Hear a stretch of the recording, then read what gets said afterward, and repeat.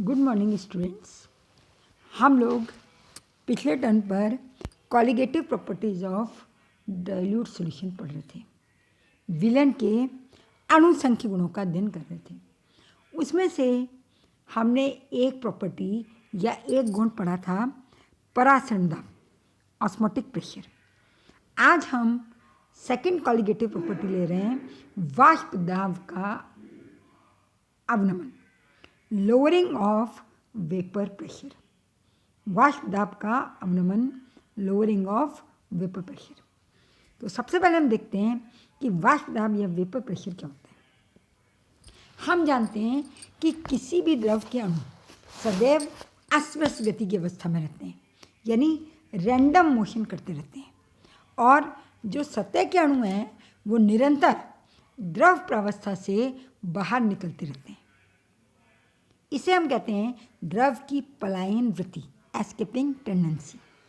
और साथ ही साथ क्या होता है, जो बाहर निकलने वाले अणु हैं वो सतह पर पुनः संघनित हो जाते हैं, और इस प्रकार वाष्प तथा द्रव प्रावस्थाओं के अणुओं में एक प्रकार का साम्य रहता है। एक प्रकार का साम्य रहता है। That is the surface molecules continuously vaporize and the vapor simultaneously condensed. So there is an equilibrium between the vapor and liquid phase molecule. स्थिर ताप पर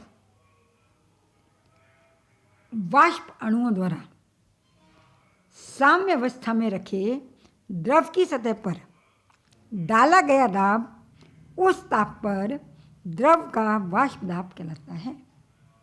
स्थिर ताप पर वाष्प के अणुओं द्वारा साम्य अवस्था में रखे गए द्रव की सतह पर डाला गया दाब उस ताप पर द्रव का वाष्प दाब कहलाता है। जो वाष्प के मॉलिक्यूल होते हैं, वेपर्स मॉलिक्यूल, वो सतह पर लगातार दाब डालते हैं। इस निश्चित ताप पर इस दाब को हम वाष्प दाब या वेपर प्रेशर कहते हैं। Vapour pressure is defined as the pressure exerted by the vapour phase molecule in equilibrium on the surface of liquid at a definite temperature. किसी निश्चित ताप पर वाष्प अणुओं द्वारा इक्विलिब्रियम में, साम्य अवस्था में द्रव की सतह पर जो दाब डाला जाता है वो वाष्प दाब या वेपर प्रेशर कहलाता है। अगर हम टेम्परेचर कांस्टेंट रखें एक ही ताप पर, तो हम जानते हैं कि शुद्ध विलायक का वाष्प दाब अधिक होता है और विलयन का वाष्प दाब कम होता है। जैसे जैसे विलयन में विलय की मात्रा बढ़ाते जाते हैं, वैसे वैसे वाष्प दाब और कम होता जाता है। At a particular temperature the vapour pressure of pure solvent is maximum, and as we add solute the vapour pressure decreases. वाष्प दाब में हुई इस कमी को वाष्प दाब अवनमन या लोअरिंग ऑफ वेपर प्रेशर कहते हैं। This decrease in the vapour pressure is known as lowering of vapour pressure. अब हम देखते हैं कि वाष्प दाब का आपेक्षिक अवनमन क्या है, relative lowering of vapour pressure. देखिए, यदि शुद्ध विलायक का वाष्प दाब कैपिटल पी हो और विलयन का वाष्प दाब पी एस हो, the vapour pressure of pure solvent is capital P and the vapour pressure of solution is P S, तो हम जानते हैं P is greater than P S, तो वाष्प दाब का अवनमन पी माइनस पी एस होगा। लोअरिंग ऑफ वेपर प्रेशर कितनी होगी, पी माइनस पी एस। एक वैज्ञानिक थे वॉन बेबो, उन्होंने ज्ञात किया कि ताप बढ़ाने के साथ साथ वाष्प दाब बढ़ता है। बिल्कुल ठीक बात है। As we increase the temperature vapour pressure goes on increasing. क्यों? क्योंकि more and more surface molecule vaporize, ज़्यादा से ज़्यादा अणु वाष्पीकृत होंगे और वो ज़्यादा दाब डालेंगे सतह पर। इसलिए ताप बढ़ाने के साथ साथ वाष्प दाब का मान भी तेज़ी से बढ़ता है। Vapour pressure increases vigorously with increase in temperature. लेकिन ये जो व्यंजक है P minus P S upon P, इसका मान किसी दिए गए विलयन के लिए सभी तापों पर निश्चित रहता है, उतना ही रहता है। यानी the value of P minus P S upon P factor for a particular solution does not change with change in temperature. ताप के साथ साथ P minus P S divided by P के मान में कोई परिवर्तन नहीं होता। अब हम देखते हैं ये व्यंजक क्या है। यह है शुद्ध विलायक के वाष्प दाब की तुलना में विलयन के वाष्प दाब में हुई आपेक्षिक कमी। This factor is lowering of relative lowering of vapor pressure with respect to vapor pressure of pure solvent। इस फैक्टर को हम कहते हैं वाष्प दाब का आपेक्षिक अवनमन, relative lowering of vapour pressure. Relative lowering of vapour pressure is defined as lowering of vapor pressure with respect to vapor pressure of pure solvent is defined as relative lowering of vapor pressure। वाष्प दाब का आपेक्षिक अवनमन तो किसके बराबर हो जाएगा? वाष्प दाब का आपेक्षिक अवनमन P minus P S upon P. अब आता है राउल्ट का नियम। Now we come to Raoult's law. बहुत इंपॉर्टेंट है ये। राउल्ट का नियम कहता है कि किसी विलयन के वाष्प दाब का आपेक्षिक अवनमन विलय के मोल प्रभाज के या मोल भिन्न के बराबर होता है। फिर समझ लीजिए, किसी विलयन के वाष्प दाब का आपेक्षिक अवनमन विलयन में उपस्थित विलय के मोल भिन्न के बराबर होता है। Relative lowering of vapour pressure is equal to mole fraction of solute. Relative lowering of vapour pressure यानी P minus P S upon P is equal to mole fraction of solute. Solute का mole fraction कैसे लिखेंगे? Small n divided by small n plus capital N। समीकरण number 1, equation number 1। यहाँ small n क्या है? Small n है number of moles of solute, विलय के मोलों की संख्या, और कैपिटल N है number of moles of solvent, विलायक के मोलों की संख्या। अब देखिए हम इसको कैसे डिराइव कर सकते हैं, इसकी व्युत्पत्ति कैसे कर सकते हैं। हम जानते हैं कि PS is proportional to capital N upon small n plus capital N।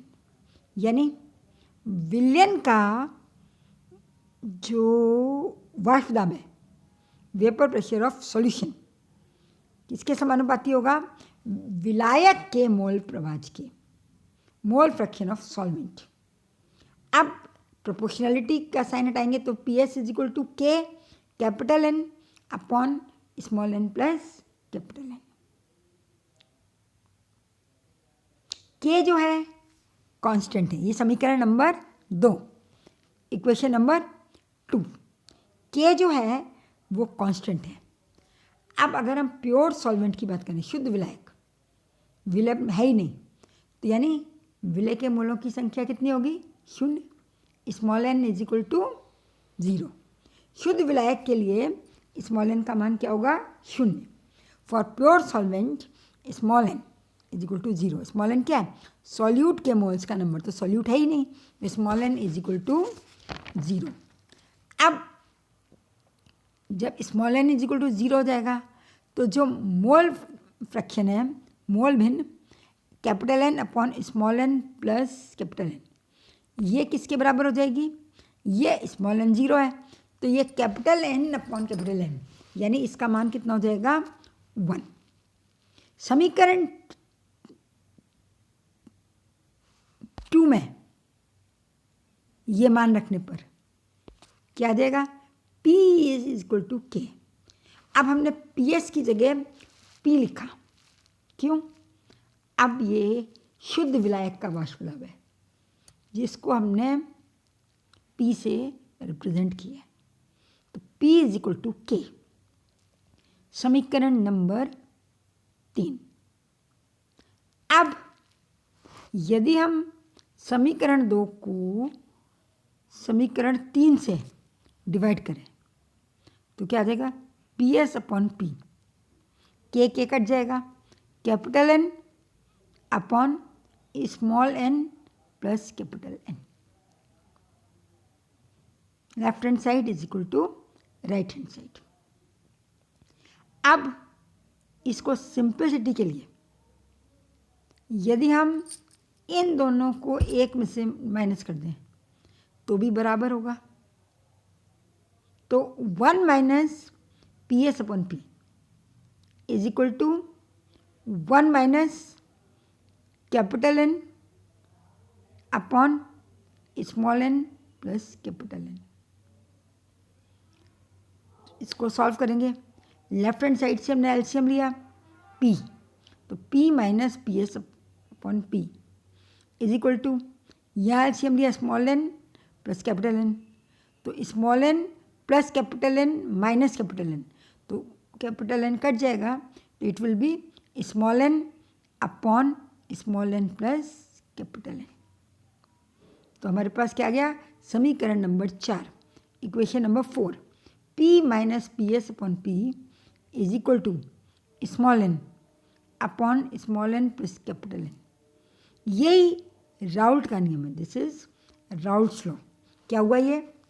Relative lowering of vapour pressure is equal to mole fraction of solute. वाष्प दाब में आपेक्षिक अवनमन विलय के मोल प्रभाज के बराबर होती है। तो इस तरीके से आप राउल्ट के नियम की व्युत्पत्ति भी कर सकते हैं। अब मैंने आपको पहले बताया था कि इन कॉलिगेटिव प्रॉपर्टीज या अणु संख्यक गुणों का उपयोग प्रमुख रूप से विलय पदार्थ के अणुभार को ज्ञात करने के लिए किया जाता है।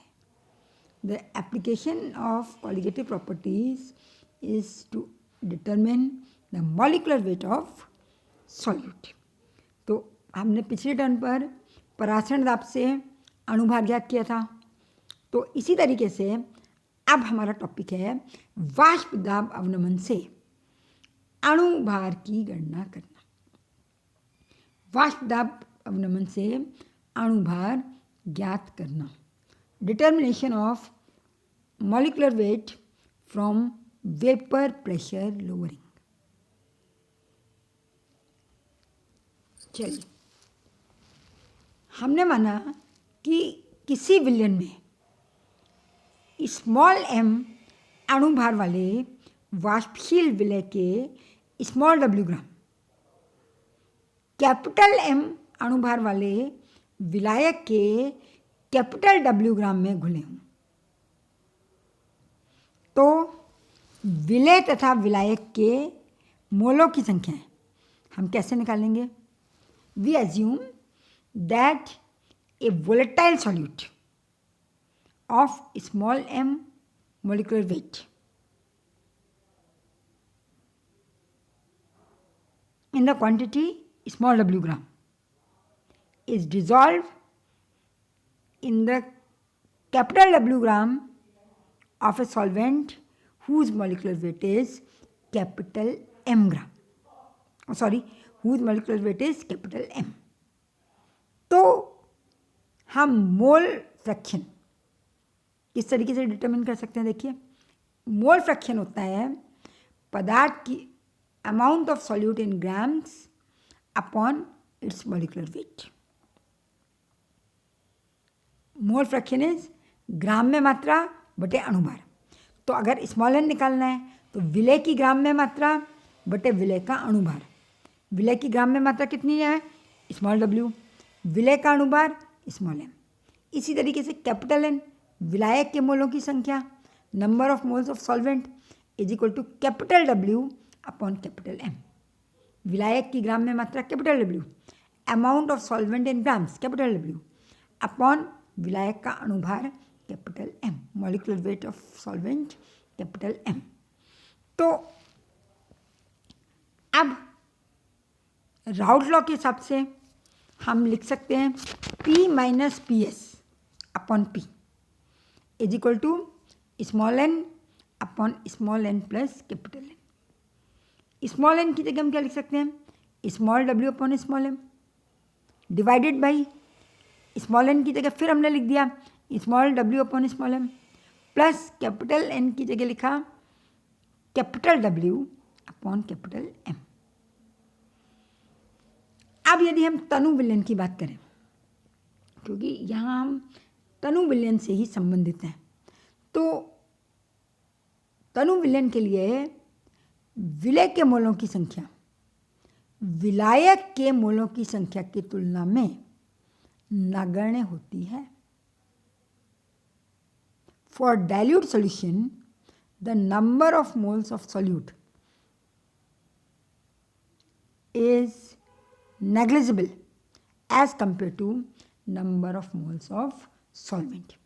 यानी हम कैपिटल एन की तुलना में स्मॉल एन को नगण्य मान सकते हैं। तो फिर क्या हो जाएगा? समीकरण देखिए आप, P minus P S upon P is equal to small N upon small N plus capital N किसके बराबर होगा? केवल कैपिटल एन के, because small N is negligible. Small N जो है वो नगण्य है किसकी तुलना में? कैपिटल एन की तुलना में। अब इसमें हम वैल्यू रख देते हैं। स्मॉल एन की जगह हमने रखा small W upon small M divided by capital N. Capital N की जगह capital W upon capital M, तो कैपिटल एम ऊपर चला जाएगा, capital M upon capital W. So P minus P S upon P किसके बराबर हो जाएगा? Small W capital M divided by capital W small M. अब इस समीकरण से यदि हमें वाष्प दाब में आपेक्षिक अवनमन मालूम हो तो हम विलय पदार्थ के अणु भार की गणना कर सकते हैं। कैसे कर सकते हैं? पहले हम शुद्ध विलायक का वाष्प दाब निकाल लें और फिर विलयन का वाष्प दाब निकाल लें, तो हमारे पास लेफ्ट हैंड साइड की टर्म आ जाएगी। अब हमको मालूम है कि हमने कितने ग्राम विलय को कितने ग्राम विलायक में घोला है। Small W and capital W R known. विलायक का अणुभार मालूम है। जनरली विलायक क्या है? जल या जो भी विलायक हो उसका यदि आपको अणुभार मालूम है तो आप स्मॉल एम यानी विलय के अणुभार की गणना की जा सकती है। With the help of this equation, by knowing the value of vapor pressure of pure solvent and vapor pressure of solution, and also knowing the amount of solute and solvent as well as the molecular weight of solvent, we can calculate the value of molecular weight of solute small m। तो इस तरीके से इस अणुसंख विधि की सहायता से हम विलय पदार्थ के अणु भार की गणना कर सकते हैं। This colligative property is also use for determining the molecular weight of solute. विलय के अणु भार की गणना की जा सकती है। तो आज के लिए बस इतना ही। Thank you.